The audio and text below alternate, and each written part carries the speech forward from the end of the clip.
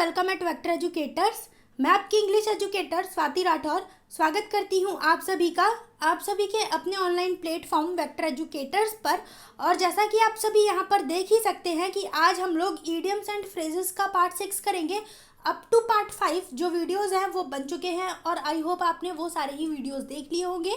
So now without wasting much time हम अपना आज का ये वीडियो स्टार्ट करते हैं और देखते हैं कि पहला ईडियम क्या है।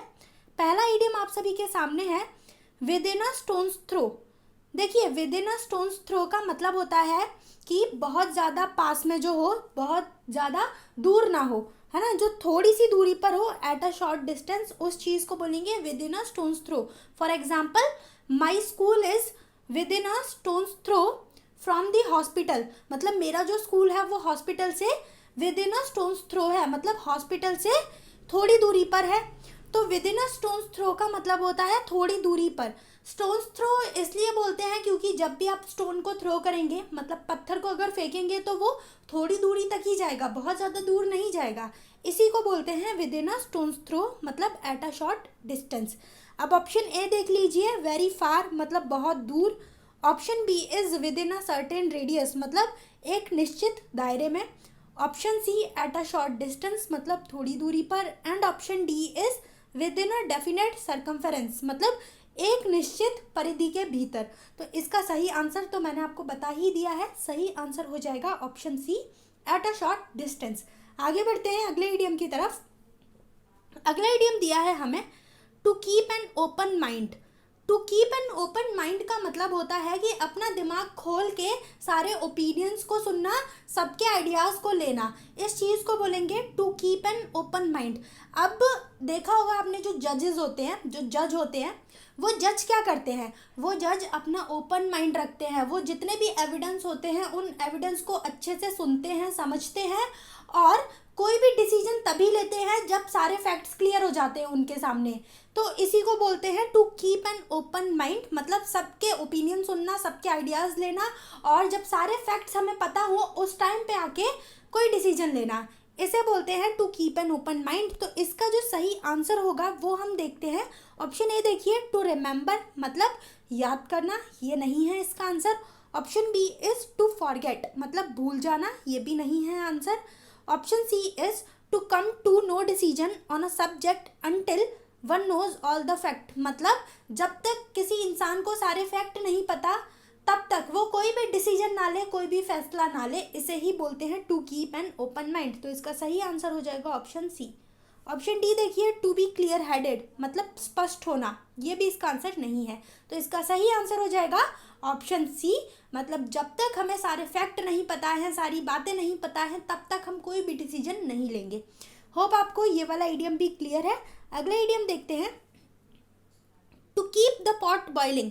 To keep the pot boiling का मतलब हो जाएगा to ensure that something remain active and continue, मतलब इस चीज़ को ध्यान रखना कि कोई भी चीज़ है वो एक्टिव बनी रहे, वो कंटिन्यू बनी रहे। अब कोई चीज़ कंटिन्यू कब बनी रहेगी, कोई भी चीज़ कंटिन्यू तब बनी रहती है जब हमें उसमें इंटरेस्ट होता है ना। तो इसका जो सही आंसर हो जाएगा वो हो जाएगा option A, to maintain interest. यहाँ पे इसका सही आंसर है option A, to maintain interest, मतलब कि इंटरेस्ट बनाए रखना चीज़ों में, किसी सब्जेक्ट में, पढ़ाई में, या फिर हर फील्ड में, जो भी फील्ड हमें पसंद हो उस फील्ड में इंटरेस्ट बनाए रखना और उसमें खुद को एक्टिव रखना, इसे ही बोलते हैं to keep the pot boiling. Option B देखिए, टू हीट। टू हीट मतलब गर्म करना, ये भी आंसर नहीं है। Option C is to show anger, मतलब गुस्सा दिखाना या फिर गुस्सा करना। Option D is to do experiments करना, ये भी आंसर नहीं है। आंसर हो जाएगा option A, to maintain interest, रुचि बनाए रखना। आगे बढ़ते हैं अगले इडियम की तरफ। अगला इडियम दिया है लंप इन द थ्रोट। अब देखिए, लंप इन द थ्रोट का मतलब हो जाएगा यहाँ पे option B, a highly emotional state. जब भी ऐसा होता है कि हमें जब अंदर से रोना आता है, जब हम बहुत ज़्यादा इमोशनल हो जाते हैं, देखा होगा कभी हम मूवीज़ को देख के, या फिर कोई भी ऐसा हो जाता है सिचुएशन जब हम बहुत ज़्यादा इमोशनल हो जाते हैं, तब हम अपने आंसुओं को कंट्रोल करने की कोशिश करते हैं कि हम गलती से भी रो ना जाए। तो जब हम अपने आंसुओं को कंट्रोल करने की कोशिश करते हैं उस टाइम पे क्या होता है, हमें थ्रोट में लंप जैसा फील होने लगता है, मतलब टाइट फीलिंग आने लगती है थ्रोट में, उसी चीज़ को बोलते हैं लंप इन द थ्रोट। तो होप आपको ये पूरा इडियम क्लियर है कि इसका क्या मीनिंग होगा। ऑप्शन ए देखिए, to be hoarse. To be hoarse का मतलब होता है बेसुरा होना। Option B a highly emotional state, और ऑप्शन सी है फूड ऑफ लो टाइप, मतलब खराब क्वालिटी का खाना या फिर कम क्वालिटी का खाना। Option D is wind pipe, मतलब जिस पाइप से हम लोग सांस अंदर लेते हैं।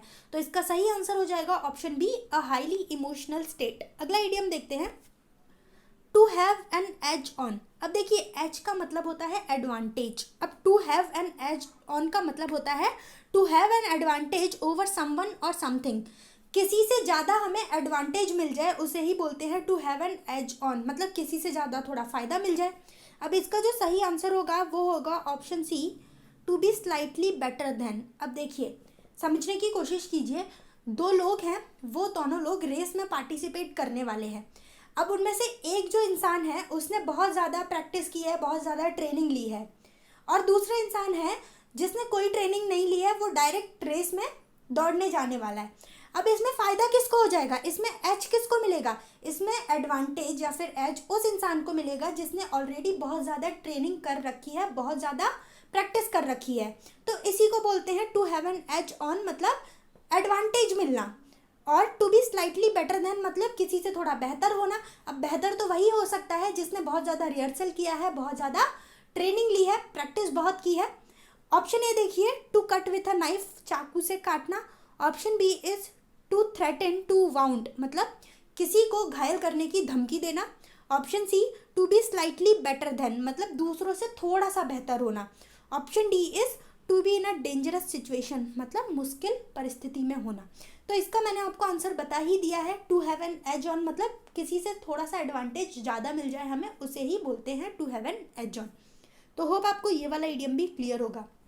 तो फ्रेंड्स आज मैंने आपके साथ जो इडियम्स डिस्कस किए, आई होप आप सभी को वो इडियम्स बहुत अच्छे लगे होंगे और सारे इडियम्स का मीनिंग भी क्लियर होगा। अगर वीडियो अच्छा लगा है तो इसे लाइक कीजिए, शेयर कीजिए अपने मैक्सिमम फ्रेंड्स के साथ, रिलेटिव्स के साथ, और अगर अभी तक चैनल सब्सक्राइब नहीं किया है तो प्लीज़ हमारा चैनल सब्सक्राइब कर लीजिए, जिससे कि आगे आने वाले सभी वीडियोज़ की नोटिफिकेशन आपको जल्दी से मिल जाएगी। फिर मिलेंगे एक नए एपिसोड के साथ, तब तक के लिए stay tuned with us. Thank you so much, wish you all the best.